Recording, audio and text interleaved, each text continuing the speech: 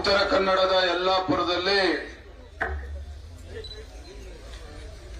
ಭಾರತೀಯ ಜನತಾ ಪಾರ್ಟಿಯ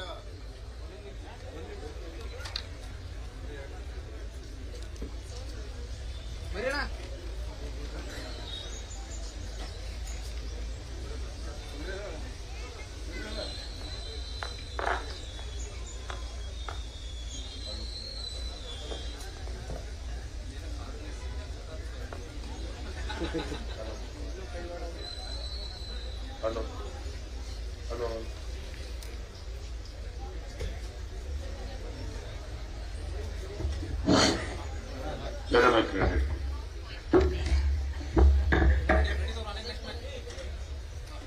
ನಮ್ಮ ಜನಾಕ್ರೋಶ ಯಾತ್ರೆ ಪ್ರಾರಂಭ ಆಗಿ 3 ದಿನ ಆಗಿದೆ ಅಷ್ಟೇನೆ. ನಮ್ಮ ಜನಾಕ್ರೋಶ ಯಾತ್ರೆಯ ಪರಿಣಾಮ ಇದರ ಬಿಸಿ ಹ್ಯಾಕ್ ತಟ್ಟಿದೆ ಅಂತ ಹೇಳಿದ್ರೆ, ಈ ರಾಜ್ಯದ ಉಪಮುಖ್ಯಮಂತ್ರಿ ಡಿ.ಕೆ. ಶಿವಕುಮಾರ್ ಅವರು ನಿನ್ನೆ ಪತ್ರಿಕಾಗೋಷ್ಠಿ ನಡೆಸಿ ಕೇಂದ್ರ ಸರ್ಕಾರದ ವಿರುದ್ಧ 17ನೇ ತಾರೀಕು ಪ್ರತಿಭಟನೆ ಮಾಡ್ತೇವೆ ಅಂತೇಳಿ ಪತ್ರಿಕಾಗೋಷ್ಠಿಯಲ್ಲಿ ಹೇಳಿಕೆಯನ್ನು ನೀಡಿದ್ದಾರೆ. ಅಂದ್ರೆ ನಮ್ಮ ಹೋರಾಟದ ಬಿಸಿ ರಾಜ್ಯ ಸರ್ಕಾರಕ್ಕೆ ತಲುಪಿದೆ ಅನ್ನೋದಕ್ಕೆ ಇದೊಂದು ಉದಾಹರಣೆ ಅಷ್ಟೇನೆ. ಆತ್ಮೀಯ ಕಾರ್ಯಕರ್ತ ಬಂಧುಗಳೇ, ಯಲ್ಲಾಪುರದಲ್ಲಿ ಉತ್ತರ ಕನ್ನಡ ಜಿಲ್ಲೆ ಒಂದು ಜನಾಕ್ರೋಶ ಯಾತ್ರೆ,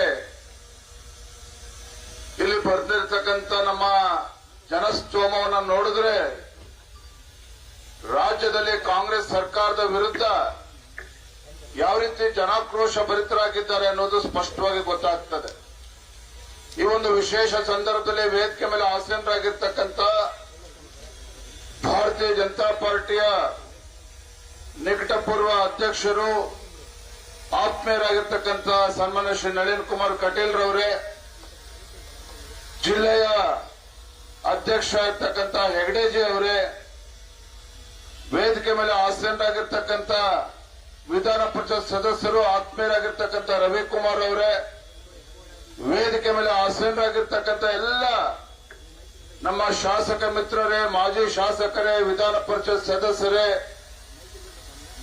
ಮಂಡಲದ ಎಲ್ಲ ಅಧ್ಯಕ್ಷರೇ, ಜಿಲ್ಲೆಯ ಎಲ್ಲ ಪದಾಧಿಕಾರಿಗಳೇ, ವೇದಿಕೆ ಮುಂಭಾಗದಲ್ಲಿ ಆಸೀನರಾಗಿರ್ತಕ್ಕಂಥ ಎಲ್ಲ ಶ್ರದ್ಧೆಯ ಕಾರ್ಯಕರ್ತ ಬಂಧುಗಳೇ, ಪತ್ರಿಕಾ ಹಾಗೂ ಮಾಧ್ಯಮದ ಸ್ನೇಹಿತರೆ,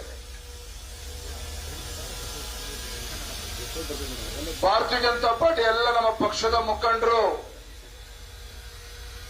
ಒಂದು 20 ದಿನದ ಹಿಂದೆ ಕೂತು ನಾವು ಚರ್ಚೆ ಮಾಡಿ ಈ ಸರ್ಕಾರದ ವಿರುದ್ಧ ಒಂದು ಯಾತ್ರೆನ ಕೈಗೊಳ್ಳಬೇಕು ಅಂತೇಳಿ ನಾವು ಚರ್ಚೆ ಮಾಡಿ ತೀರ್ಮಾನ ಮಾಡಿದ್ವಿ. ಅದರ ಪೂರ್ವದಲ್ಲಿ ಬೆಂಗಳೂರು ಮಹಾನಗರದಲ್ಲಿ ರಾಜ್ಯ ಸರ್ಕಾರದ ಬೆಲೆ ಏರಿಕೆ ವಿರುದ್ಧ ಅಹೋರಾತ್ರಿ ಧರಣಿಯನ್ನ ಬೆಂಗಳೂರಿನಲ್ಲಿ ಫ್ರೀಡಂ ಪಾರ್ಕ್ ನಲ್ಲಿ ಮಾಡಿದ್ವಿ. ಸನ್ಮಾನ್ಯ ಬಿ.ಎಸ್. ಯಡಿಯೂರಪ್ಪ ರೈತ ನಾಯಕರು ಸಹ ಆ ಹೋರಾಟದಲ್ಲಿ ಭಾಗವಹಿಸಿದ್ರು. ರಾಜ್ಯದ ಎಲ್ಲ ಜಿಲ್ಲೆಗಳಿಂದ, ರಾಜ್ಯದ ಮೂಲೆಗಳಿಂದ ಉತ್ತರ ಕನ್ನಡವೂ ಸೇರಿದಂತೆ ಎಲ್ಲ ಜಿಲ್ಲೆಗಳಿಂದ ದೊಡ್ಡ ಸಂಖ್ಯೆಯಲ್ಲಿ ನಮ್ಮ ಕಾರ್ಯಕರ್ತರು, ಜನಪ್ರತಿನಿಧಿಗಳು ಎಲ್ಲರೂ ಕೂಡ ಭಾಗವಹಿಸಿದ್ರು. ಅಲ್ಲಿ ವಾತಾವರಣ ನೋಡಿದಾಗ ಗೊತ್ತಾಯಿತು, ರಾಜ್ಯ ಸರ್ಕಾರ ಅಧಿಕಾರಕ್ಕೆ ಬಂದು 2 ವರ್ಷ ಇನ್ನೂ ಕೂಡ ಪೂರೈಸಿಲ್ಲ. ರಾಜ್ಯದಲ್ಲಿ ಯಾವ ರೀತಿ ವಾತಾವರಣ ನಿರ್ಮಾಣ ಆಗಿದೆ, ಕಾಂಗ್ರೆಸ್ ಸರ್ಕಾರದ ವಿರುದ್ಧ ಜನಾಭಿಪ್ರಾಯ ಏನಿದೆ ಅಂತಕ್ಕಂಥದ್ದು ಸ್ಪಷ್ಟವಾಗಿ ನಮಗೆ ಗೋಚರ ಆಯಿತು.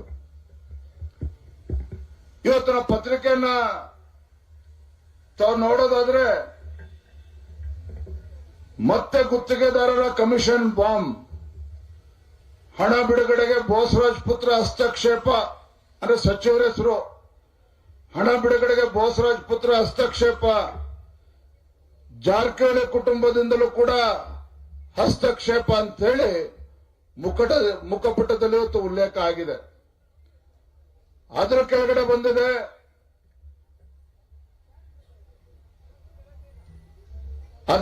ಬಂದಿದೆ ಜಾತಿ ಗಣತಿಗೆ ವರದಿಗೆ ಸಂಪುಟ ಅಸ್ತು, ಅಂದ್ರೆ ಸಂಪುಟ ತೀರ್ಮಾನ ಮಾಡ್ತದೆ ಅಂತೇಳಿ.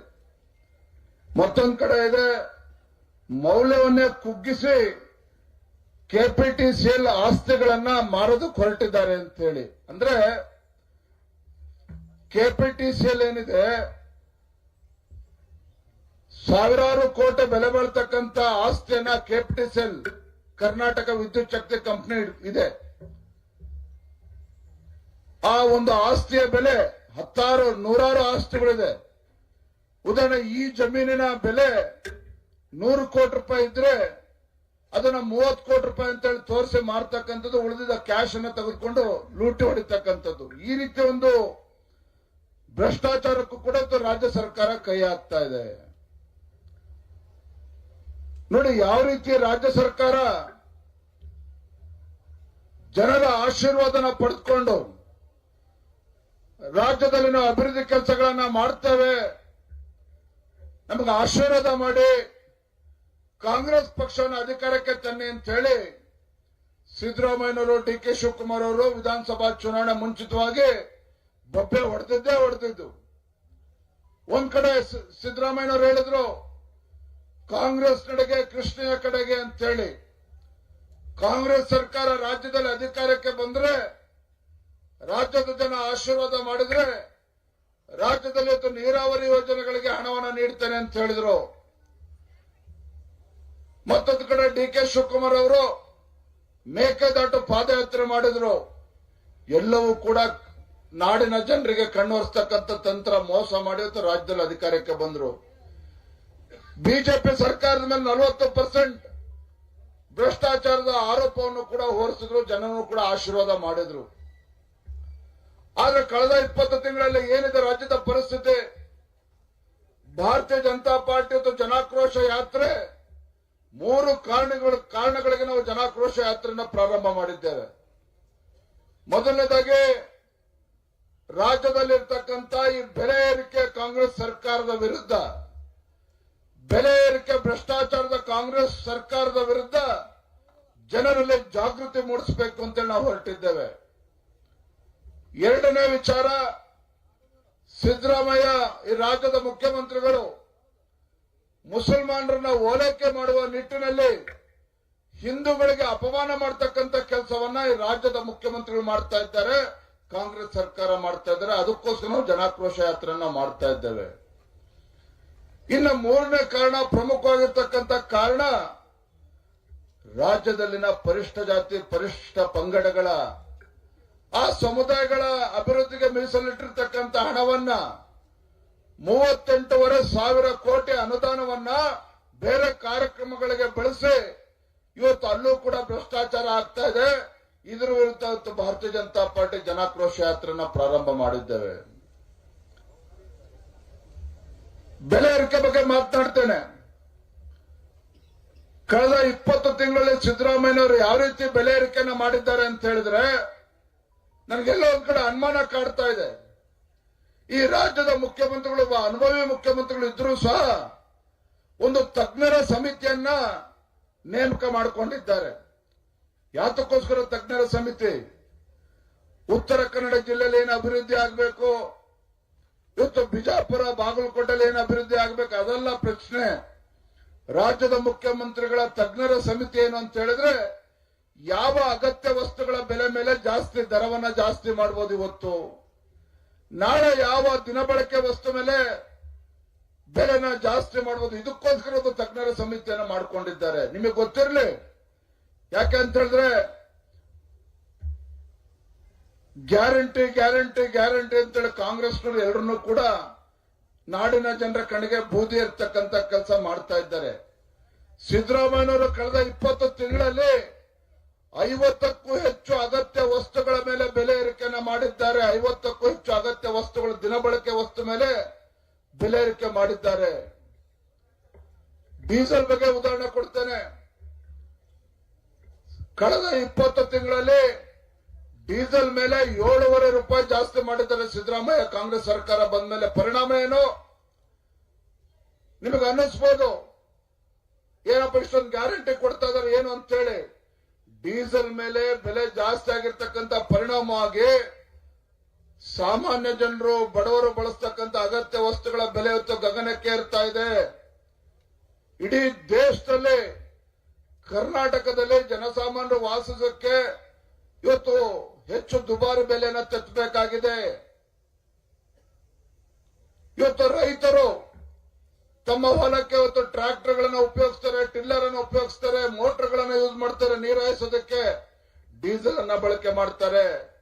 7.5 ರೂಪಾಯಿ ಒಂದು ಲೀಟರ್ಗೆ ಜಾಸ್ತಿ ಆದ್ರೆ ಆ ರೈತನ ಪರಿಸ್ಥಿತಿ ಏನು ಅಂತೇಳಿ ಒಂದು ಕ್ಷಣ ಯೋಚನೆ ಮಾಡಿ. ತಾಯಂದ್ರು ದೊಡ್ಡ ಸಂಖ್ಯೆಯಲ್ಲಿ ತಾವು ಕೂತಿದ್ದೀರಿ. ಗ್ರಾಮೀಣ ಭಾಗದ ಮಹಿಳೆಯರನ್ನ ಒಪ್ಕೊಳ್ತಾನೆ. ಸಿದ್ದರಾಮಯ್ಯ ಸರ್ಕಾರ ಶಕ್ತಿ ಯೋಜನೆ ಕೊಟ್ಟಾಗ ಬಹಳ ದೊಡ್ಡ ಚರ್ಚೆಗಳು ಆಯ್ತು, ಬಹಳ ದೊಡ್ಡ ಚರ್ಚೆ ಆಯ್ತು. ಆದ್ರೆ ವಾಸ್ತವಿಕ ಸತ್ಯ ಏನು? ಒಂದು ಕಡೆ ಉಚಿತ ಬಸ್ ಪ್ರಯಾಣ ಅಂತ ಹೇಳಿದಾಗ ಶಕ್ತಿ ಯೋಜನೆ ಕೊಟ್ಟಾಗ ಪಾಪ ಮಹಿಳೆಯರು ಸಹಜವಾಗಿ ದೇವಸ್ಥಾನಗಳು ದೇವಾಲಯಗಳಿಗೆ ಹೋಗಿ ಭೇಟಿಯನ್ನ ಕೊಟ್ಟು ಬಂದ್ರು ಬಹಳ ಸಂತೋಷದಿಂದ. ಇವತ್ತಿನ ರಸ್ತೆಗಳ ಮೇಲೆ ಬಸ್ ನೋಡಿ ಖಾಲಿ ಓಡಾಡ್ತಾ ಇದೆ. ಆದ್ರೆ ಮತ್ತೊಂದು ಕಡೆ ಶಕ್ತಿ ಯೋಜನೆ ಕೊಟ್ಟು ಇವತ್ತು ರಾಜ್ಯದ KSRTC ಕಂಪನಿ, ಕರ್ನಾಟಕ ರಸ್ತೆ ಸಾರಿಗೆ ಕಂಪನಿ ಏನಿದೆ, ಮುಂಚೆ ಪ್ರಾಫಿಟ್ ಅಲ್ಲಿ ಓಡ್ತಾ ಇತ್ತು. ಆದ್ರೆ ರಾಜ್ಯ ಸರ್ಕಾರ KSRTC ಕಂಪನಿಗೆ 6,500 ಕೋಟಿ ರೂಪಾಯಿನ ಈಗ ಇನ್ನೂ ಕೂಡ ದುಡ್ಡನ್ನು ಉಳಿಸ್ಕೊಂಡೆ, ದುಡ್ಡು ಕಟ್ಟೋದಕ್ಕಾಗಲ್ಲ ಶಕ್ತಿ ಯೋಜನೆ ಕಡೆಯಿಂದ. ಮತ್ತೊಂದು ಪರಿಣಾಮ, ಸಾವಿರಾರು ಬಸ್ಸುಗಳು ಗ್ರಾಮೀಣ ಭಾಗದಲ್ಲಿ ಏನು ಓಡಾಡ್ತಾ ಇತ್ತು ಅದನ್ನು ಕೂಡ ಬಸ್ಗಳನ್ನು ನಿಲ್ಲಿಸಿದ್ದಾರೆ. ಗ್ರಾಮೀಣ ಭಾಗದಲ್ಲಿ ನೀವು ಅನುಭವಿಸ್ತಾ ಇದ್ದೀರಿ. ಗ್ರಾಮೀಣ ಭಾಗದಲ್ಲಿ ಶಾಲಾ ಕಾಲೇಜ್ಗೆ ಹೋಗ್ತಕ್ಕಂಥ ಮಕ್ಕಳಿಗೆ ಇವತ್ತು ಬಸ್ಗಳು ಸಿಗ್ತಾ ಇಲ್ಲ. ಯಾಕಂದ್ರೆ ಬಸ್ಗಳೆಲ್ಲ ನಿಲ್ಲಿಸಿದ್ದಾರೆ ಇವತ್ತು, ಸರ್ಕಾರಿ ಬಸ್ಗಳನ್ನ. ಇದು ರಾಜ್ಯ ಸರ್ಕಾರದ ಧೋರಣೆ. ಇವತ್ತು ಯಾವ್ಯಾದ್ರ ಮೇಲೆ ಬೆಲೆ ಜಾಸ್ತಿ ಮಾಡಿದ್ರೆ 9 ರೂಪಾಯಿ ಇವತ್ತು ಹಾಲಿನ ಮೇಲೆ ದರವನ್ನ ಜಾಸ್ತಿ ಮಾಡಿದ್ದಾರೆ, 9 ರೂಪಾಯಿನ ಜಾಸ್ತಿ ಮಾಡಿದ್ದಾರೆ. ಪರಿಣಾಮ ಏನು? ಪಾಪ ಬಡ ಜನರು ದಿನಕ್ಕೆ 1 ಲೀಟರ್ 2 ಲೀಟರ್ ಹಾಲು ತಗೊಂಡ್ಕೊಂಡು ಬಂದು ಮಕ್ಕಳಿಗೆ ಪೌಷ್ಟಿಕ ಆಹಾರ ಕೊಡಬೇಕು ಅಂತ ಹೇಳಿದ್ರೆ ಆ ಬಡವನಿಗೆ ಒಂದು ದಿನಕ್ಕೆ 9 ರೂಪಾಯಿ ಜಾಸ್ತಿ ಆಯ್ತು ಅಂದ್ರೆ ಪರಿಣಾಮ ಏನು ಅಂತೇಳಿ ಒಂದು ಕ್ಷಣ ಯೋಚನೆ ಮಾಡಿ. ಅದ್ರ ಪರಿಣಾಮ ಏನು ಅಂತೇಳಿ ಯೋಚನೆ ಮಾಡಿ. ಅಂದ್ರೆ ಈ ಸರ್ಕಾರ, ರಾಜ್ಯದ ಕಾಂಗ್ರೆಸ್ ಸರ್ಕಾರ ಇವತ್ತು ಒಂದು ಕೈಲಿ ಕೊಡ್ತಕ್ಕಂಥದ್ದು ಮತ್ತೊಂದು ಕೈಲಿ ಕಿತ್ಕೊಳ್ತಕ್ಕಂಥ ಕೆಲಸ ಮಾಡ್ತಾ ಇದೆ. ಒಂದು ಕೈಲಿ ಕೊಡ್ತಕ್ಕಂಥದ್ದು ಮತ್ತೊಂದು ಕೈಲಿ ಕಿತ್ಕೊಳ್ತಕ್ಕಂಥ ಕೆಲಸ ಮಾಡ್ತಾ ಇದೆ.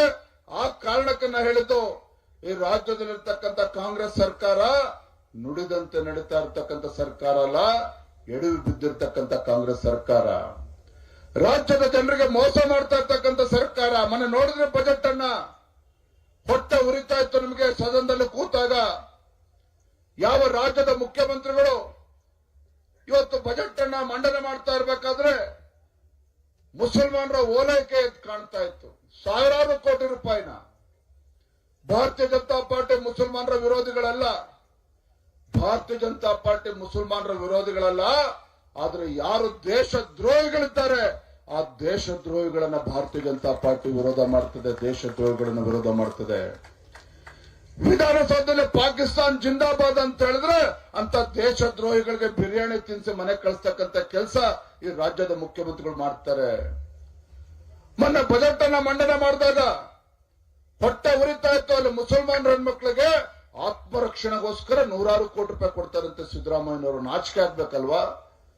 ಇವತ್ತು ರಾಜ್ಯದಲ್ಲಿ ಇವತ್ತು 100 ಮಹಿಳೆಯರು ಇವತ್ತು ಬಾಲಿಕೆಯರು ಲವ್ ಜಿಹಾದ್ಗೆ ಬಲಿ ಆಗ್ತಾ ಇದ್ರೆ ಅದು ಹಿಂದೂ ಹೆಣ್ಮಕ್ಳು ಇವತ್ತು ಬಲಿ ಆಗ್ತಾ ಇರ್ತಕ್ಕಂಥದ್ದು ಮುಸಲ್ಮಾನರ ಹೆಣ್ಮಕ್ಳಲ್ಲ, ಮುಸಲ್ಮಾನರ ಹೆಣ್ಮಕ್ಳಲ್ಲ. ಮಾನ್ಯ ಮುಖ್ಯಮಂತ್ರಿಗಳೇ, ಇವತ್ತು ಆತ್ಮರಕ್ಷಣೆಗೆ ನೀವೇನಾದ್ರೂ ಹಣ ಇಡಬೇಕಾಗಿದ್ರೆ ಅದು ಹಿಂದೂ ಕುಟುಂಬಕ್ಕೆ, ಹಿಂದೂ ಹೆಣ್ಮಕ್ಳಿಗೆ ಇಡಬೇಕಾಗಿತ್ತು, ಮುಸಲ್ಮಾನ ಹೆಣ್ಮಕ್ಳಿಗಲ್ಲ. ಇವತ್ತು ಮುಸಲ್ಮಾನ ಹೆಣ್ಮಕ್ಳು, ಮುಸಲ್ಮಾನರು ಇವತ್ತು ಅವ್ರ ಮಕ್ಳುಗಳು ವಿದೇಶಕ್ಕೆ ವಿದ್ಯಾಭ್ಯಾಸಕ್ಕೆ ಹೋಗ್ತಾರೆ ಅಂತ ಹೇಳಿದ್ರೆ 20 ಲಕ್ಷ ರೂಪಾಯಿ ಇದ್ದದನ್ನ 30 ಲಕ್ಷ ರೂಪಾಯಿ ಏರಿಸಿದ್ದಾರೆ. ಯಾಕೆ? ಹಿಂದೂಗಳಲ್ಲಿ ಬಡವ್ರ ಮಕ್ಕಳು ಕಾಣ್ತಾ ಇಲ್ವಾ ಸಿದ್ದರಾಮಯ್ಯನವ್ರಿಗೆ? ಹಿಂದೂಗಳಲ್ಲಿ ಇವತ್ತು ಬಡವರು ಹೊರದೇಶಕ್ಕೆ ಹೋಗಿ ಉನ್ನತ ಶಿಕ್ಷಣ ಪಡೆದುಕೊಂಡು ಅವರ ಸ್ವಾಭಿಮಾನದ ಬದುಕನ್ನ ಬಾಳ್ಬಾರ್ದಾಗಾದ್ರೆ ಹಿಂದೂಲಿರ್ತಕ್ಕಂಥ ಮಕ್ಕಳು, ವಿದ್ಯಾರ್ಥಿನಿಯರು ಮುಸಲ್ಮಾನರೇ ಕಾಣ್ತಾ ಇದ್ದಾರೆ ಸಿದ್ದರಾಮಯ್ಯನವರೇ. ಮೌಲ್ಯಗಳಿಗೆ ಇವತ್ತು ಹಣವನ್ನ ಜಾಸ್ತಿ ಮಾಡಿದ್ದಾರೆ. ಅಷ್ಟೇ ಅಲ್ಲ, ಮುಸಲ್ಮಾನರಲ್ಲಿರ್ತಕ್ಕಂಥ ಬಡ ಹೆಣ್ಮಕ್ಳು ಮದುವೆಗೆ 50,000 ರೂಪಾಯಿ ಕೊಡ್ತಾರಂತೆ. ಈ ಅಯೋಗ್ಯ ಕಾಂಗ್ರೆಸ್ ಸರ್ಕಾರಕ್ಕೆ ಹಿಂದೂಲಿರ್ತಕ್ಕಂಥ ಬಡ ಹೆಣ್ಮಕ್ಳು ಕಾಣ್ತಾ ಇಲ್ವಾಗಾದ್ರೆ? ಅದಕ್ಕೋಸ್ಕರ ಭಾರತೀಯ ಜನತಾ ಪಾರ್ಟಿ ಜನಾಕ್ರೋಶ ಯಾತನ ಮಾಡ್ತಾ ಇದ್ದಾರೆ. ಬಂಧುಗಳ, ಭಾರತೀಯ ಜನತಾ ಪಾರ್ಟಿ ಇವತ್ತು ಮುಸಲ್ಮಾನರ ವಿರೋಧಿಗಳಲ್ಲ, ಆದ್ರೆ ದೇಶದ್ರೋಹಿಗಳನ್ನ ಬಿಡ್ತಕ್ಕಂಥ ಪ್ರಶ್ನೆ ಇಲ್ಲ. ಯಾವ ಭಾರತೀಯ ಜನತಾ ಪಾರ್ಟಿ ಹಿಂದೆ ಅದೇ ಕಾಶ್ಮೀರದಲ್ಲಿ ಉಗ್ರಗಾಮಿಗಳು ಸವಾಲನ್ನ ಹಾಕಿದ್ರು, ಬನ್ನಿ ತಾಕತ್ತಿದ್ರೆ ನಿನ್ನ ತಾಯಿಯ ಎದಾಲನ್ನ ಕುಡಿದಿದ್ರೆ ಕಾಶ್ಮೀರದ ಲಾಲ್ ಚೌಕಕ್ಕೆ ಬಂದು ಭಾರತದ ತ್ರಿವರ್ಣ ಧ್ವಜ ಹಾರಿಸಿ ನೋಡೋಣ ಅಂತ ಸವಾಲನ್ನ ಕಾಶ್ಮೀರದ ಉಗ್ರಗಾಮಿಗಳು ಹಾಕಿದ್ರು. ಭಾರತೀಯ ಜನತಾ ಪಾರ್ಟಿ ಹಿಂದೆ ಹೋಗ್ಲಿಲ್ಲ. ಆ ಉಗ್ರಗಾಮಿಗಳು ಒಡ್ಡಂತ ಸವಾಲನ್ನ ಸ್ವೀಕಾರ ಮಾಡಿ ಅಂದಿನ ಮುರಳಿ ಮನೋಹರ್ ಜೋಶಿಜಿ ಅವರ ನೇತೃತ್ವದಲ್ಲಿ ದೇಶದ ಮೂಲೆ ಮೂಲೆಗಳಿಂದ ನಮ್ಮ ಭಾರತೀಯ ಜನತಾ ಪಾರ್ಟಿಯ ಕಾರ್ಯಕರ್ತರು ಕರ್ನಾಟಕದಿಂದಲೂ ಸಹ ಯಡಿಯೂರಪ್ಪನವರ ನೇತೃತ್ವದಲ್ಲಿ ಕಾಶ್ಮೀರದ ಲಾಲ್ ಚೌಕಕ್ಕೆ ಹೋಗಿ ಭಾರತದ ತ್ರಿವರ್ಣ ಧ್ವಜ ಹಾರಿಸ್ತಕ್ಕಂಥ ಕೆಲಸ ಭಾರತೀಯ ಜನತಾ ಪಾರ್ಟಿ ಕಾರ್ಯಕರ್ತರು ಮಾಡಿದ್ದಾರೆ. ಇದು ಭಾರತೀಯ ಜನತಾ ಪಾರ್ಟಿಯ ಒಂದು ಧೋರಣೆ. ಇದು ಭಾರತೀಯ ಜನತಾ ಪಾರ್ಟಿ ಹಿಂದುತ್ವದ ಪ್ರತಿಪಾದನೆಗಳು ಅಂತಕ್ಕಂಥ ಕಾರಣ. ಇವತ್ತು ನಾನು ರಾಜ್ಯದ ಮುಖ್ಯಮಂತ್ರಿ ಕೇಳಕ್ಕೆ ಇಚ್ಛೆ ಪಡ್ತೇನೆ, ಸನ್ಮಾನ್ಯ ಸಿದ್ದರಾಮಯ್ಯನವರೇ, ನೀವು ರಾಜ್ಯದ ಮುಖ್ಯಮಂತ್ರಿಗಳಾಗಿದ್ದೀರಲ್ಲ, ಇವತ್ತು ಹಿಂದೂಗಳು ಯಾರು ನಿಮಗೆ ಮತ ಕೊಟ್ಟಿಲ್ವ? ಹಾಗಾದ್ರೆ ಹಿಂದೂಗಳು ಯಾರು ಮತ ಕೊಟ್ಟಿಲ್ವ ನಿಮ್ಗೆ? ಹಾಗಾದ್ರೆ ಬರೀ ಮುಸಲ್ಮಾನರ ಒಟ್ಟಿಂದನೇ ಬಂದು ಈ ರಾಜ್ಯದ ಮುಖ್ಯಮಂತ್ರಿಗಳಾಗಿದ್ದಾರ? ಹಾಗಾದ್ರೆ ಬರೀ ಮುಸಲ್ಮಾನರ ಒಟ್ಟಿಂದ ನೀವು ರಾಜ್ಯದ ಮುಖ್ಯಮಂತ್ರಿಗಳಾಗಿದ್ದಾರ? ಯಾರ ಟ್ಯಾಕ್ಸ್ ಹಣವನ್ನು ಈ ರೀತಿ ನೀವು ಖರ್ಚು ಮಾಡ್ತಾ ಇದ್ದೀರಿ? ವಾಲ್ಮೀಕಿ ಅಭಿವೃದ್ಧಿ ನಿಗಮಕ್ಕೆ ಮೀಸಲಿಟ್ಟಿರ್ತಕ್ಕಂಥ ಹಣ ನೋಡಿ, ಒಂದು ಕಡೆ ಪರಿಷ್ಠ ಜಾತಿ ಪರಿಷ್ಠ ಪಂಗಡಗಳ ಅಭಿವೃದ್ಧಿಗೆ ಮೀಸಲಿಟ್ಟಿರ್ತಕ್ಕಂಥ ಹಣವನ್ನ 38,500 ಕೋಟಿ ರೂಪಾಯಿಯನ್ನ ಇವತ್ತು ದುರುಪಯೋಗ ಆಗ್ತದೆ, ಬೇರೆ ಕಡೆ ವರ್ಗಾವಣೆ ಮಾಡ್ತಾರೆ. ಮತ್ತೊಂದು ಕಡೆ ಪರಿಷ್ಠ ಜಾತಿ ಪರಿಷ್ಠ ಪಂಗಡಗಳ ಅಭಿವೃದ್ಧಿಗೆ ಇವತ್ತು ವಾಲ್ಮೀಕಿ ಅಭಿವೃದ್ಧಿ ನಿಗಮದಲ್ಲಿ 100 ಕೋಟಿ ರೂಪಾಯಿ ಅನುದಾನ ತೆಲಂಗಾಣ ರಾಜ್ಯಕ್ಕೆ ಹೋಗ್ತದೆ. ಅಲ್ಲಿ ಸಾವಿರಾರು ಅಕೌಂಟ್ಗಳನ್ನು ಓಪನ್ ಮಾಡಿ ಖಾತೆಗಳನ್ನ ತೆರೆದು ಆ ದುಡ್ಡನ್ನ ತೆಗೆದುಕೊಂಡು ಇವತ್ತು ಲೋಕಸಭಾ ಚುನಾವಣೆ ಖರ್ಚು ಮಾಡಿದ್ರು ಕಾಂಗ್ರೆಸ್ನವರು ಕರ್ನಾಟಕ ರಾಜ್ಯದಲ್ಲಿ. ನಾನು ಕೇಳ್ತೇನೆ ರಾಜ್ಯದ ಮುಖ್ಯಮಂತ್ರಿಗಳಿಗೆ, ಮಾನ್ಯ ಸಿದ್ದರಾಮಯ್ಯನವರೇ, ಒಬ್ಬ ಸಚಿವನ ಅನುಮತಿ ಇಲ್ದೇನೆ, ಸಚಿವನ ಸಹಕಾರ ಇಲ್ದೇನೆ ಆ ಇಲಾಖೆಯಿಂದ 100 ಕೋಟಿ ಹೊರ ರಾಜ್ಯಕ್ಕೆ ಹೋಗೋದಕ್ಕೆ ಸಾಧ್ಯನಾ? ಖಂಡಿತ ಸಾಧ್ಯ ಇಲ್ಲ, ಖಂಡಿತ ಸಾಧ್ಯ ಇಲ್ಲ.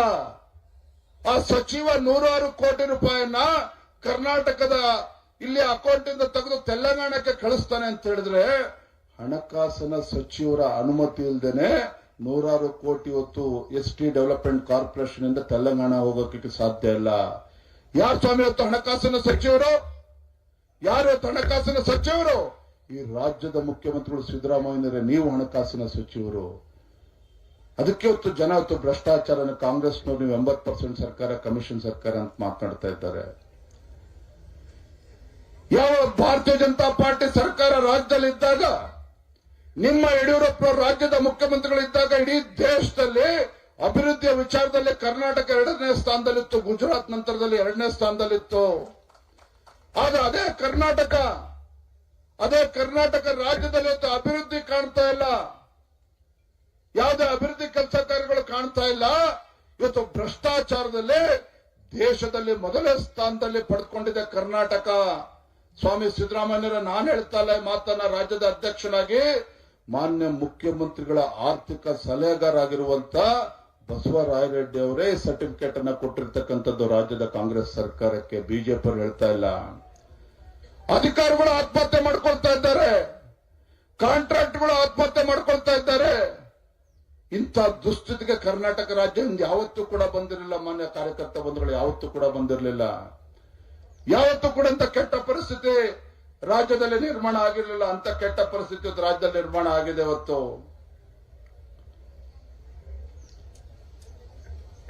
ನಾನು ತಮಗೆ ಕೇಳ್ತೇನೆ, ಇವತ್ತು ಪತ್ರಿಕಾ ಹಾಗೂ ಮಾಧ್ಯಮದ ಸ್ನೇಹಿತರು ಇದ್ದಾರೆ. ಕರ್ನಾಟಕ ರಾಜ್ಯದಲ್ಲಿ ಕಾಂಗ್ರೆಸ್ ಸರ್ಕಾರ ಬಂದು 2 ವರ್ಷ ಆಗ್ತಾ ಇದೆ. ಸ್ವಾಮಿ, ಎಷ್ಟು ಬಾರಿ ಮುಖ್ಯಮಂತ್ರಿಗಳು ಇವತ್ತು ಉತ್ತರ ಕನ್ನಡ ಜಿಲ್ಲೆಗೆ ಭೇಟಿಯನ್ನು ಕೊಟ್ಟಿದ್ದಾರೆ? ಎಷ್ಟು ಬಾರಿ ಇವತ್ತು ಯಲ್ಲಾಪುರಕ್ಕೆ ಬಂದಿದ್ದಾರೆ, ಕಾರವಾರಕ್ಕೆ ಬಂದಿದ್ದಾರೆ, ಬೇರೆ ಬೇರೆ ವಿಧಾನಸಭಾ ಕ್ಷೇತ್ರಗಳಿಗೆ ಬಂದಿದ್ದಾರೆ. ಯಾಕೆ ಉತ್ತರ ಕನ್ನಡ ಇವತ್ತು ಕರ್ನಾಟಕ ರಾಜ್ಯದ ಭೂಪಟದಲ್ಲಿ ಇಲ್ವಾ? ಕರ್ನಾಟಕ ರಾಜ್ಯದಲ್ಲಿ ಇಲ್ವಾ? ಹಾಗಾದ್ರೆ ಒಬ್ಬ ರಾಜ್ಯದ ಮುಖ್ಯಮಂತ್ರಿನೋ ಅಥವಾ ಕೇವಲ ಬೆಂಗಳೂರಿನ ಮುಖ್ಯಮಂತ್ರಿಗಳು ಅಂತ ಹೇಳಿ ರಾಜ್ಯದ ಜನ ಕೇಳ್ತಾ ಇದ್ದಾರೆ. ಮಂಗಳೂರಿಗೆ ಬರಲಿಲ್ಲ, ಉತ್ತರ ಕನ್ನಡಕ್ಕೂ ಬರಲಿಲ್ಲ, ಉಡುಪಿ ಜಿಲ್ಲೆಗೂ ಬರಲಿಲ್ಲ, ಶಿವಮೊಗ್ಗಕ್ಕೂ ಕೂಡ ಬರಲಿಲ್ಲ. ಯಾಕೆ? ಕಾಸಿಲ್ಲ ಸ್ವಾಮಿ ಅವ್ರ ಹತ್ರ ಅಭಿವೃದ್ಧಿ ಕೆಲಸ ಮಾಡೋದಕ್ಕೆ. ಆಡಳಿತ ಪಕ್ಷದ ಶಾಸಕ ಹೇಳಿಕೆಯನ್ನ ಕೊಡ್ತಾನೆ. ರಾಜುಕ್ಕಾಗಿ ಒಬ್ಬ ಹಿರಿಯ ಶಾಸಕ, ನಾನೊಬ್ಬ ಶಾಸಕನಾಗಿ ಇವತ್ತು ಕಾಂಗ್ರೆಸ್ ಪಕ್ಷದಲ್ಲಿ ಶಾಸಕನಾದ್ಮೇಲೆ ನನ್ನ ಕ್ಷೇತ್ರದಲ್ಲಿ ತಲೆ ಎತ್ಕೊಂಡು ಓಡಕ್ ಆಗ್ತಾ ಇಲ್ಲ, ಆತ್ಮಹತ್ಯೆ ಮಾಡ್ಕೊಳ್ತಕ್ಕಂಥ ಪರಿಸ್ಥಿತಿ ನಿರ್ಮಾಣ ಆಗಿದೆ ಅಂತ ಹೇಳಿ ಕಾಂಗ್ರೆಸ್ ಪಕ್ಷದ ಶಾಸಕ ಬಹಿರಂಗವಾಗಿ ಹೇಳಿಕೆಯನ್ನು ನೀಡಿದ್ದಾರೆ. ಯಾಕೆ ನಿಮ್ಮ ಉತ್ತರ ಕನ್ನಡ ಜಿಲ್ಲೆಯ ಆರ್.ವಿ. ದೇಶಪಾಂಡೆ ಅವರು ಕೂಡ ಹೇಳಿಕೆಯನ್ನು ಕೊಟ್ಟಿದ್ದಾರೆ, ಶಾಸಕನಾದ್ಮೇಲೆ ನನ್ನ ಕ್ಷೇತ್ರದ ಅಭಿವೃದ್ಧಿ ಕೆಲಸ ಮಾಡೋದಕ್ಕೆ ಆಗ್ತಾ ಇಲ್ಲ ಅಂತ ಹೇಳಿ. ಇದು ರಾಜ್ಯದ ವಾಸ್ತವಿಕ ಪರಿಸ್ಥಿತಿ. ಇವ್ರ ಯೋಗ್ಯತೆಗೆ ಹಿಂದೆ ಬಿಜೆಪಿ ಸರ್ಕಾರ ಇದ್ದಾಗ ಇವತ್ತು ಉಪ್ಪು ನೀರು ತಡೆಗೋಡೆಗಳನ್ನು ನಿರ್ಮಾಣ ಮಾಡಬೇಕು ಅಂತ ಹೇಳಿ ಪ್ರತಿ ವಿಧಾನಸಭಾ ಕ್ಷೇತ್ರಕ್ಕೂ ಕೂಡ 100 ಕೋಟಿ ರೂಪಾಯಿ ಕೊಟ್ಟಿದ್ರು. ಯಡಿಯೂರಪ್ಪನವರಿದ್ದಾಗ ಬಿಜೆಪಿ ಸರ್ಕಾರ ಇದ್ದಾಗ ಅದನ್ನು ಕೂಡ ತಡೆ ಹಿಡಿತಕ್ಕಂಥ ಕೆಲಸ ಮಾಡಿದ್ದಾರೆ. ಕುಮಟಾದ ನಮ್ಮ ದಿನಕರ್ ಶೆಟ್ಟರು ಬಂದಿಲ್ಲ, ಅಲ್ಲಿ ಯಾವ ಆಸ್ಪತ್ರೆ ನಮ್ಮ ಬಿಜೆಪಿ ಸರ್ಕಾರ ಇದ್ದಾಗ ಅನುಮತಿ ಸಿಕ್ಕಿತ್ತೋ ಅದನ್ನು ಕೂಡ ತಡೆ ಹಿಡಿತಕ್ಕಂಥ ಕೆಲಸ ಆಗಿದೆ. ಇವತ್ತೇನಾದ್ರೂ ಈ ಸ್ಥಳೀಯ ಈ ಕ್ಷೇತ್ರದ ಶಾಸಕರ ಬಗ್ಗೆ ಹೇಳ್ತಾನೆ, ಆ ಪುಣ್ಯಾತ್ಮ ಇವತ್ತೇನಾದ್ರು ಉದ್ಘಾಟನೆ ಮಾಡ್ತಿದ್ದಾನೆ ಅಂತ ಹೇಳಿದ್ರೆ ಬಿಜೆಪಿ ಸರ್ಕಾರ ಯಡಿಯೂರಪ್ಪರು ಕೊಟ್ಟಂತ ಅನುದಾನದಲ್ಲಿ ಇವತ್ತು ಕಾರ್ಯಕ್ರಮ ಉದ್ಘಾಟನೆ ಆಗ್ತಿದೆ ಹೊರತು ಅವ್ರು ಯಾವುದೋ ₹1 ತರೋದಕ್ಕೆ ಸಾಧ್ಯ ಇಲ್ಲ. ಈ ಸಂದರ್ಭದಲ್ಲಿ ವಿಶೇಷವಾಗಿ ನಮ್ಮ ಯಲ್ಲಾಪುರ ಕ್ಷೇತ್ರದ ನಮ್ಮ ಕಾರ್ಯಕರ್ತರು ಮಾತನಾಡೋದಕ್ಕೆ ಇಚ್ಛೆ ಪಡ್ತಾನೆ. ರಾಜ್ಯದ ಅಧ್ಯಕ್ಷನಾಗಿ ಹೇಳ್ತಾ ಇದ್ದೇನೆ. ಮುಂದಿನ ವಿಧಾನಸಭಾ ಚುನಾವಣೆ ಯಾವತ್ತೇ ಬರಲಿ, ಉತ್ತರ ಕನ್ನಡದ ಎಲ್ಲ 5 ಕ್ಷೇತ್ರಗಳು ಯಲ್ಲಾಪುರವು ಒಳಗೊಂಡಂತೆ 6 ಕ್ಷೇತ್ರಗಳು ಒಬ್ಬ ಸಾಮಾನ್ಯ ಕಾರ್ಯಕರ್ತನ ಬೇಕಾದ್ರೆ ಯಲ್ಲಾಪುರದಲ್ಲಿ ನಿಲ್ಲಿಸೋಣ. ನಮ್ಮ ಕಾರ್ಯಕರ್ತರಿಗೆ ಶಕ್ತಿ ಇದೆ. ಭಾರತೀಯ ಜನತಾ ಪಾರ್ಟಿ ಧ್ವಜವನ್ನು ಹಾರಿಸ್ತಕ್ಕಂಥ ಕೆಲಸ ಮಾಡೋಣ. ಈ ಯಲ್ಲಾಪುರ ಕ್ಷೇತ್ರದಲ್ಲಿ ಬಿಜೆಪಿ ಎಂಎಲ್ಎ ಗೆಲ್ಲಬೇಕು. ಅದ್ ಯಾಕೆ ಗೆಲ್ಲೋದಕ್ಕಾಗೋದಿಲ್ಲ, ನಾನೇ ಬಂದು ನಿಂತ್ಕೊಂಡು ನೋಡ್ತೇನೆ. ಈ ಕ್ಷೇತ್ರ ಬಿಜೆಪಿ ಗೆಲ್ಲಬೇಕು, ನಮ್ಮ ಕಾರ್ಯಕರ್ತ ಗೆಲ್ಲಬೇಕು. ಆ ನಿಟ್ಟಿನಲ್ಲಿ ನಾವೆಲ್ಲರೂ ಕೂಡ ಕೆಲಸ ಮಾಡೋಣ. ಯಾರಾದ್ರೂ ಸಾಮಾನ್ಯ ಜನರು ಬದುಕಕ್ಕೆ ಸಾಧ್ಯ ಇದೆ ಅಂತ ದುಷ್ಟ ಕಾಂಗ್ರೆಸ್ ಸರ್ಕಾರದಲ್ಲಿ ಯಾರು ಕೂಡ ಇವತ್ತು ತಲೆ ಎತ್ಕೊಂಡು ಓಡಕ್ ಆಗ್ತಾ ಇಲ್ಲ. ನಾನು ಕೂಡ ಮೊದಲ ಬಾರಿ ಶಾಸಕನಾಗಿ ಶಿಕಾರಿಪುರ ಕ್ಷೇತ್ರದಿಂದ ಗೆದ್ದು ಪೂಜ್ಯ ತಂದೆಯವರಿಗೊಂದು ರಾಜಕೀಯ ಜನ್ಮ ಕೊಟ್ಟಿರ್ತಕ್ಕಂಥ ಶಿಕಾರಿಪುರ ಕ್ಷೇತ್ರದಲ್ಲಿ ಶಾಸಕನಾಗಿದ್ದೇನೆ. ನಾನು ಕೂಡ ನನ್ನ ಕ್ಷೇತ್ರದ ಅಭಿವೃದ್ಧಿಗೆ ಅನುದಾನ ತರೋದಕ್ಕೆ ಸಾಧ್ಯ ಆಗ್ತಾ ಇಲ್ಲ. ರಾಜ್ಯದ ಯಾವುದೇ ಶಾಸಕರು ಅನುದಾನ ತರೋದಕ್ಕೆ ಸಾಧ್ಯ ಆಗ್ತಾ ಇಲ್ಲ. ಇಂಥ ಪರಿಸ್ಥಿತಿ ರಾಜ್ಯದಲ್ಲಿ ನಿರ್ಮಾಣ ಆಗಿದೆ. ಮತ್ತೊಂದು ಕಡೆ ದುರಹಂಕಾರದಿಂದ ನಡ್ಕೊಳ್ತಾರೆ, ಪೊಲೀಸರನ್ನು ಉಪಯೋಗಿಸಿಕೊಂಡು ಗುಂಡಾಗಿರಿ ಮಾಡ್ತಾ ಇದ್ದಾರೆ ಇವತ್ತು ಕರ್ನಾಟಕ ರಾಜ್ಯದಲ್ಲಿ. ಇದೇ ಮೊನ್ನೆ ಏನಾಯ್ತು ಉತ್ತರ ಕನ್ನಡದಲ್ಲಿ, ಪಾಪ ಹಿಂದೂ ಕಾರ್ಯಕರ್ತ ಏನನ್ನೇ ಮಾಡಿದ್ದ ಶ್ರೀನಿವಾಸ್ ನಾಯಕ್ ಅವರು, ಅವನು ಆಟೋ ಓಡಿಸ್ಕೊಂಡು ಅವನದೇ ಒಂದು ಜೀವನನ ಸಾಗಿಸ್ತಾ ಇದ್ದಾನೆ. ಒಬ್ಬ ಕಟ್ಟ ಹಿಂದೂ ಕಾರ್ಯಕರ್ತ ಅವನು ಸುಮ್ಮನೆ ಕರ್ಕೊಬಂದು ಮಧ್ಯರಾತ್ರಿ ಕರ್ಕೊಬಂದು ಇವತ್ತು ದರ್ಬಾರ್ ಮಾಡಲಿಲ್ಲ ಪೊಲೀಸರು. ಹಾಗಾದ್ರೆ ಇವತ್ತು ದಕ್ಷಿಣ ಕನ್ನಡದಲ್ಲಿ ಕರಾವಳಿ ಭಾಗದಲ್ಲಿ ಇವತ್ತು ಯಲ್ಲಾಪುರದ ಸೋಮನಾಯಕ್ ಇರ್ಬೋದು, ಅದೇ ರೀತಿ ಅನಿಲ್ ಮುತ್ತಾಳ್ ಅವರು ಇರ್ಬೋದು, ಅದೇ ರೀತಿ ಉಡುಪಿ ಜಿಲ್ಲೆಯಲ್ಲೂ ಆಗ್ತಿದೆ, ಮಂಗಳೂರಿನಲ್ಲೂ ಕೂಡ ಆಗ್ತಾ ಇದೆ. ನಾನಿವತ್ತು ಪೊಲೀಸರಿಗೆ ಈ ವೇದಿಕೆ ಮೂಲಕ ಹೇಳೋದಕ್ಕೆ ಇಚ್ಛೆ ಪಡ್ತೇನೆ, ಇವತ್ತೇನು ಕಾಂಗ್ರೆಸ್ನವರು ಇವತ್ತು ಅಧಿಕಾರ ದರ್ಬಾರ್ ನಡೆಸ್ತಾ ಇದ್ದಾರೆ, ಇದು ಶಾಶ್ವತ ಅಲ್ಲ. ಅಧಿಕಾರದ ಅಮಲಿನಲ್ಲಿ ಅಂತ ಹೇಳ್ತಾ ಇದ್ದಾರೆ ರಾಜ್ಯದಲ್ಲಿ ಇವತ್ತು ಕಾಂಗ್ರೆಸ್ ಸರ್ಕಾರ. ಇವರು ಅಧಿಕಾರದಲ್ಲಿ ಶಾಶ್ವತವಾಗಿರೋದಕ್ಕೆ ಸಾಧ್ಯ ಇಲ್ಲ. ಪೊಲೀಸರು ದಯವಿಟ್ಟು ಎಚ್ಚರಿಕೆಯಿಂದ ವರ್ತನೆ ಮಾಡಬೇಕು. ಕಾಂಗ್ರೆಸ್ ಇವತ್ತೇನಾಗಿದೆ ರಾಜ್ಯದಲ್ಲಿ ಅಂತ ಹೇಳಿದ್ರೆ, ಪೊಲೀಸ್ ಸ್ಟೇಷನ್ಗಳು ಎಲ್ಲವೂ ಕೂಡ ಇವತ್ತು ಕಾಂಗ್ರೆಸ್ ಕಚೇರಿ ಅಂತ ವರ್ತನೆ ಮಾಡ್ತಾ ಇದೆ. ನಾವು ಇದಕ್ಕೆ ಅವಕಾಶನ ಕೊಡಬಾರದು. ಇವತ್ತು ನಾ ಹೇಳ್ತಾನೆ, ಇದು ಪೊಲೀಸರಿಗೆ ಇವತ್ತು ಈ ಲಜ್ಜೆಗೆಟ್ಟ ಕಾಂಗ್ರೆಸ್ ಸರ್ಕಾರ ಯಾವತ್ತೂ ಕೂಡ 1ನೇ ತಾರೀಕು ಬಂದ್ರೆ ಪೊಲೀಸ್ ಇಲಾಖೆಗೆ ಕೂಡ ಸಂಬಳ ಆಗ್ತದೆ. ಆದ್ರೆ ಇವತ್ತು 8ನೇ ತಾರೀಕಾದ್ರೂ ಕೂಡ ಸಂಬಳ ಆಗಿಲ್ಲ ಪೊಲೀಸ್ ಇಲಾಖೆಗೆ. 8ನೇ ತಾರೀಕಾದ್ರೂ ಕೂಡ ಸಂಬಳ ಆಗಿಲ್ಲ. ಅಂತ ಅಯೋಗ್ಯ ಕಾಂಗ್ರೆಸ್ ಸರ್ಕಾರದ ಮಾತನ್ನ ಕೇಳಿಕೊಂಡು ಹಿಂದೂ ಕಾರ್ಯಕರ್ತರ ಮೇಲೆ ಕೈ ಮಾಡ್ತಕ್ಕಂಥದ್ದನ್ನ ಬಿಡಬೇಕು ಪೊಲೀಸರು. ಇಲ್ಲ ಅಂತ ಹೇಳಿದ್ರೆ ನಮ್ಮ ಕಾರ್ಯಕರ್ತರ ಬಡಗಿ ಹಿಡ್ಕೊಂಡು ಪೊಲೀಸ್ ಸ್ಟೇಷನ್ ನುಗ್ತಕ್ಕಂಥ ಪರಿಸ್ಥಿತಿ ನಿರ್ಮಾಣ ಆಗ್ತದೆ. ಆಮೇಲೆ ನಮ್ಮ ಕಾರ್ಯಕರ್ತನ ದೂರಬೇಡಿ. ಯಲ್ಲಾಪುರದಲ್ಲಿ ಒಂದು ಪೊಲೀಸ್ ಸ್ಟೇಷನ್ ಇರ್ಬೋದು. ಇವತ್ತು ರಾಜ್ಯದಲ್ಲಿರ್ತಕ್ಕಂಥ ಯಾವುದೇ ಜೈಲ್ಗಳು ಸಾಕಾಗೋದಿಲ್ಲ. ಅಲ್ಲಿವರೆಗೂ ಕೂಡ ಕಾರ್ಯಕರ್ತರು ಬೀದಿಗಿಳಿದು ಹೋರಾಟಕ್ಕೆ ಇಳಿಬೇಕಾಗ್ತದೆ. ಅಂತ ದಿನಗಳು ಕೂಡ ದೂರ ಉಳಿದಿಲ್ಲ. ಅದಕ್ಕೆ ಎಚ್ಚರಿಕೆಯಿಂದ ವರ್ತನೆ ಮಾಡಬೇಕು. ನಾನಿವತ್ತು ಮೈಕ್ ಕೊಟ್ಟಿದ್ದಾರೆ, ನಾನು ಜಿಲ್ಲಾ ಅಧ್ಯಕ್ಷರು ಕರೆದಿರ ಅಂತೇಳಿ ಮಾತನ್ನು ಹೇಳ್ತಾ ಇಲ್ಲ. ಇವತ್ತು ರಾಜ್ಯದಲ್ಲಿ ಯಾವುದೇ ಹಿಂದೂ ಕಾರ್ಯಕರ್ತರಿಗೆ ಇವತ್ತು ಒಂದು ಕಡೆ ಹಿಂದೂಗಳಿಗೆ ಅಪಮಾನ ಮಾಡ್ತಾರೆ. ಇವತ್ತು ಸಾಮಾಜಿಕ ಜಾಲತಾಣದಲ್ಲಿ ಯಾರು ಒಂದು ಪೋಸ್ಟ್ ಮಾಡಿದ್ರು ಅಂತ ಹೇಳಿದ್ರೆ ಅವನ ಮೇಲೆ ಸುಳ್ಳು ಕೇಸ್ ಹಾಕ್ತಕ್ಕಂಥದ್ದು. ಕುಶಾಲನಗರದಲ್ಲಿ ಪಾಪ ನಮ್ಮ ವಿನಯ್ ಸೋಮಯ್ಯ ಒಬ್ಬ ಪ್ರಾಮಾಣಿಕ ಕಾರ್ಯಕರ್ತ ಅಲ್ಲಿರ್ತಕ್ಕಂಥ ಸ್ಥಳೀಯ ಕಾಂಗ್ರೆಸ್ ಶಾಸಕ ಅವರ ಒಂದು ಆಸ್ಪತ್ರೆ ಅವ್ಯವಸ್ಥೆ ಬಗ್ಗೆ ಪೋಸ್ಟ್ ಮಾಡಿದ ಕಾರಣಕ್ಕೆ ಅವನ ಮೇಲೆ ಎಫ್ಐಆರ್ ರಿಜಿಸ್ಟರ್ ಮಾಡಿದ್ರು. ರಾಜ್ಯದ ಅಧ್ಯಕ್ಷನಾಗಿ ನಮ್ಮೆಲ್ಲ ವಕೀಲರ ತಂಡ ಕೇಳಲು ಸ್ಟೇನ ತೆಗೆದುಕೊಂಡು ಬೇಲ್ ಆದ್ರೂ ಸಹ ಅವನ ಮನೆಗೆ ಪೊಲೀಸರು ಹೋಗಿ ದಬ್ಬಾಳಿಕೆ ಮಾಡೋದಕ್ಕೆ ಹೋಗ್ತಾರೆ ಸ್ಥಳೀಯ ಶಾಸಕರ ಒತ್ತಡದಿಂದ. ಪಾಪ ನಮ್ಮ ಕಾರ್ಯಕರ್ತ, ಪ್ರಾಮಾಣಿಕ ಕಾರ್ಯಕರ್ತ ಆತ್ಮಹತ್ಯೆ ಮಾಡ್ಕೊಂಡ. ಬಹುಶಃ ಹಿಂದೆಂದೂ ಕೂಡ ಇಂಥ ದುಷ್ಟ ಒಂದು ಹಿಂದೂ ವಿರೋಧಿ ಜನ ವಿರೋಧಿ ಕಾಂಗ್ರೆಸ್ ಸರ್ಕಾರ ರಾಜ್ಯದಲ್ಲಿ ನೋಡೋಕ್ ಸಾಧ್ಯ ಇಲ್ಲ. ಏನ್ ಹೇಳ್ತಾರೆ ಅವರು? ನಮ್ಮ ತೆರಿಗೆ ನಮ್ಮ ಹಕ್ಕು ಅಂತೆ. ನಾಚಿಕೆ ಆಗ್ಬೇಕಿತ್ತು ಕಾಂಗ್ರೆಸ್ ಸರ್ಕಾರದವರಿಗೆ. ನಮ್ಮ ತೆರಿಗೆ ನಮ್ಮ ಹಕ್ಕು. ಯಾವಾಗ ರಾಜ್ಯದಲ್ಲಿ ಕಾಂಗ್ರೆಸ್ ಸರ್ಕಾರದ ವೈಫಲ್ಯಗಳನ್ನ ಎತ್ಕೊಂಡು ಭಾರತೀಯ ಜನತಾ ಪಾರ್ಟಿ ಇವತ್ತು ಹೋರಾಟಕ್ಕೆ ಹೇಳಿದ್ರೆ, ಭಾರತೀಯ ಜನತಾ ಪಾರ್ಟಿ ಕಾರ್ಯಕರ್ತರು ಹೋರಾಟಕ್ಕೆ ಹೇಳಿದ್ರೆ, ನರೇಂದ್ರ ಮೋದಿಜಿ ಮೇಲೆ, ಕೇಂದ್ರ ಸರ್ಕಾರದ ಮೇಲೆ ನಮ್ಮ ತೆರಿಗೆ ನಮ್ಮ ಹಕ್ಕು ಅಂತ ಹೇಳಿ ರಾಜ್ಯದ ಜನರನ್ನ ತಪ್ಪುದಾರಿಗೆ ತೆಗೆದುಕೊಂಡು ಹೋಗ್ತಕ್ಕಂಥ ಕೆಲಸ ಮಾಡ್ತಾರೆ. ಮಾನ್ಯ ಸಿದ್ದರಾಮಯ್ಯನವರೇ, ನಮ್ಮ ತೆರಿಗೆ ನಮ್ಮ ಹಕ್ಕು ಅಲ್ಲ.